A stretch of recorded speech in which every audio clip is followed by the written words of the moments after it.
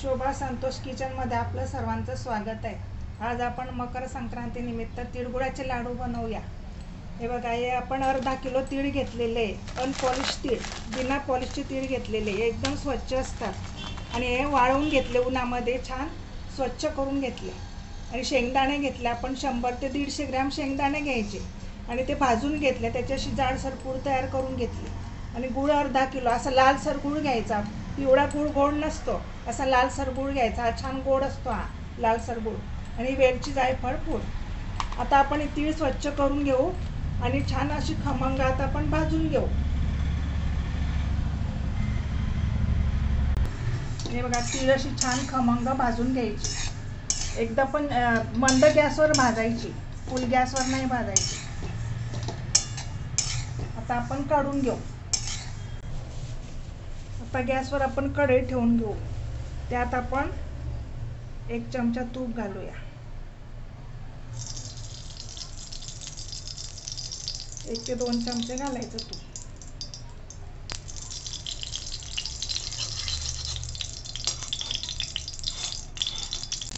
आता आपण हा चिरून घेतलेला आपण अर्धा किलो गूळ घालू।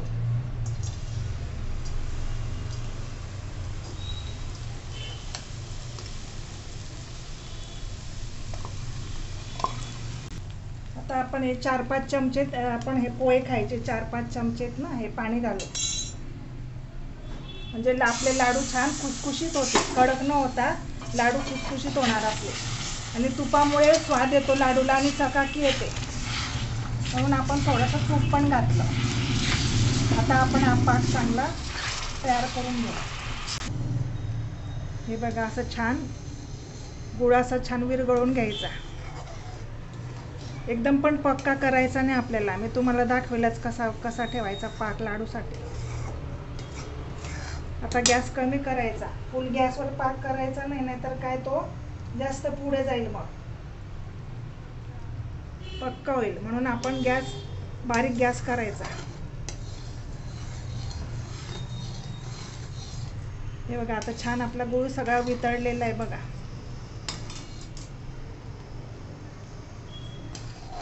असं पाण्यामध्ये टाकून आपण चेक करून बघायचं।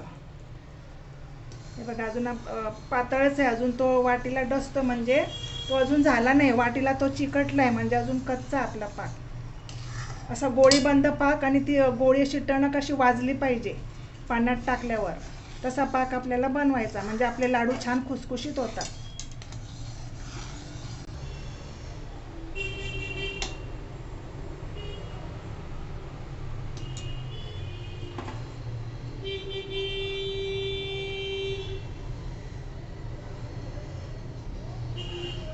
अजून थोडा व्हायचा बाकी आहे आपला, बघा अजून नाही झाला।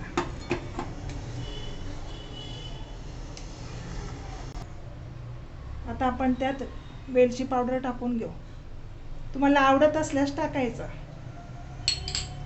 जरा वेलची टाकली की चवीला जरा लाडू छान लागतात आणि पचनाला पण चांगलं।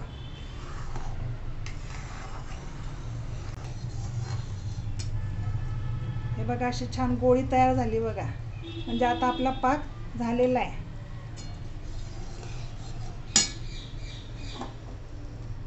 आता आपण त्यात तीळ टाकून घेऊ। आता मी गॅस बंद केलेला आहे, कारण आता आपला पाक तयार झालेला आहे। अगोदर आपण तीळ टाकून घेऊ।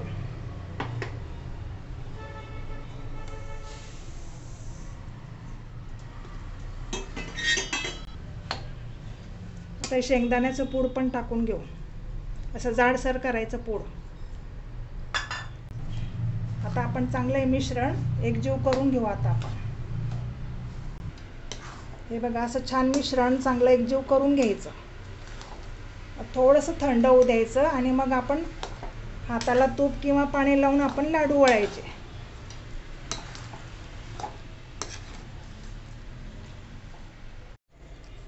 हे बघा, जेवढे आपल्याला लाडू आकाराचे करायचे ना, तसे थोडं असं आपण ताटामध्ये, वेगळ्या ताटात काढून घ्यायचं, म्हणजे कसं ते आपण लाडू वळतो तोपर्यंत बाजूचं मिश्रण थंड होईल। आणि जरी हे कढईतलं गार झालं मिश्रण, तरी आपण काही घाबरायचं नाही, गरम करून घ्यायचं। असं थोडंसं चमच्याने आपण काढून घेऊ, म्हणजे वळायला लाडू पटापट आणि सोपं पडतं अगदी.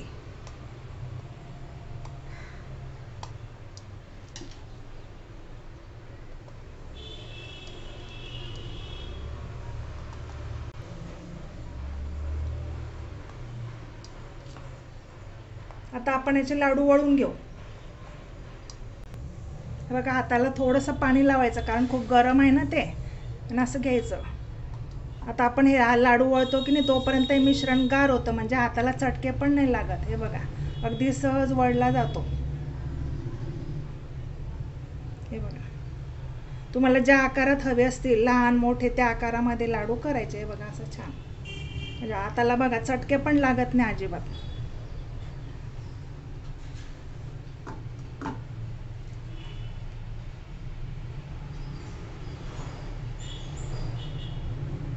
या प्रकारे आपण लाडू वळून घेऊ. आता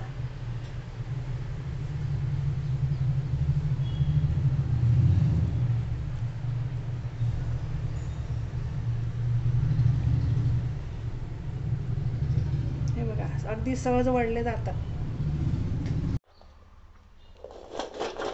करून झाल्यावर आपण असं परातीमध्ये टाकून असं असं करत राहायचं जरा 5 मिनटं, म्हणजे लाडू एकमेकांना चिटकत नाही आणि छान गोलाकार होतात. हे बघा, तीळ एक असं वातज्ञ आहे. तिळाचं तेल बलवर्धक आहे, शरीराचा वर्ण सुधारतं, ते सर्व शरीरातील सर्व सांधे मोकळं करतं. केसांच्या वाढीसाठी पण तीळ खूप उपयुक्त आहे. मूत्रविकारासाठी तीळ खाल्ल्याने फायदा होतो. तिळाची चिकी, तिळाची पापडी असे अनेक प्रकार तिळाचे केले जातात. लहान मुलांना तर ते खूपच चांगले, धष्टपुष्ट होण्यासाठी सकाळच्या वेळी त्यांना खायला द्यायची तीळ, अगदी गरम केलेली भाजून घेतलेली तीळ. मग शरीरात आपल्या शक्ती वाढते, पोषण मिळते लहान मुलांच्या. म्हणजे बघा तीळ किती उपयुक्त, आणि केसांसाठी पण खूप चांगली तीळ. तिळात चुन्याचं प्रमाण अधिक आहे, व्रण व वायुनाशक आहे, आणि गुळात तुम्हाला तर माहितीच आहे गुळामध्ये भरपूर प्रमाणात लोह आहे. त्याच्यामुळे तिळगुळाचे लाडू आपण हिवाळ्यामध्ये का खाल्ले जातात, तर ते याच्यासाठीच की शरीरामध्ये उष्णता निर्माण व्हावी. हे बघा, अशा तऱ्हेने आपण हे पारंपरिक पद्धतीने तिळाचे लाडू आपण बनवून घेतले. थोडंसं असं आपण हलवत राहायचं असं, म्हणजे आपले लाडू एकमेकांना चिटकत नाही. आणि बघा किती छान आहे, बघा कसे छान टणक झाले. बघा, हे बघा टणक झाले मस्त. बघा, तुम्हाला एक तोडून दाखवते मी. हे बघा, हे बघा अगदी खुसखुशीत आपले तिळाचे लाडू. बघा, एकदम कडक पण नाही, एकदम खुसखुशीत. लहानांपासून मोठ्यांपर्यंत सर्व खाऊ शकतील असे छान तिळाचे लाडू. 1 किलो, अर्धा किलो गूळ, अर्धा किलो गूळ आणि अर्धा किलो तीळ, असे एवढे आपले 100 लाडू तरी आपले हे तयार झाले असतील. बघा, मीडियम साईजमध्ये. काही लहान मोठ्या आकारात पण झाले, काही मोठे पण झालेत, काही छोटे पण झालेत. हे बघा, अशा प्रकारे आता आपण सर्व करून घेऊ. हे बघा, अशा प्रकारे आपले तिळाचे खुसखुशीत लाडू तयार झाले. अगदी लहानांपासून मोठ्यांपर्यंत सर्व खाऊ शकतील असे गूळ तिळाचे लाडू. चला, सर्वांना मकर संक्रांतीच्या सर्वांना शुभेच्छा. माझी रेसिपी तुम्हाला आवडली असेल तर लाईक करा, शेअर करा. नवीन असाल तर नक्की सबस्क्राईब करा. बेल आयकॉनवर क्लिक करा. थँक्यू.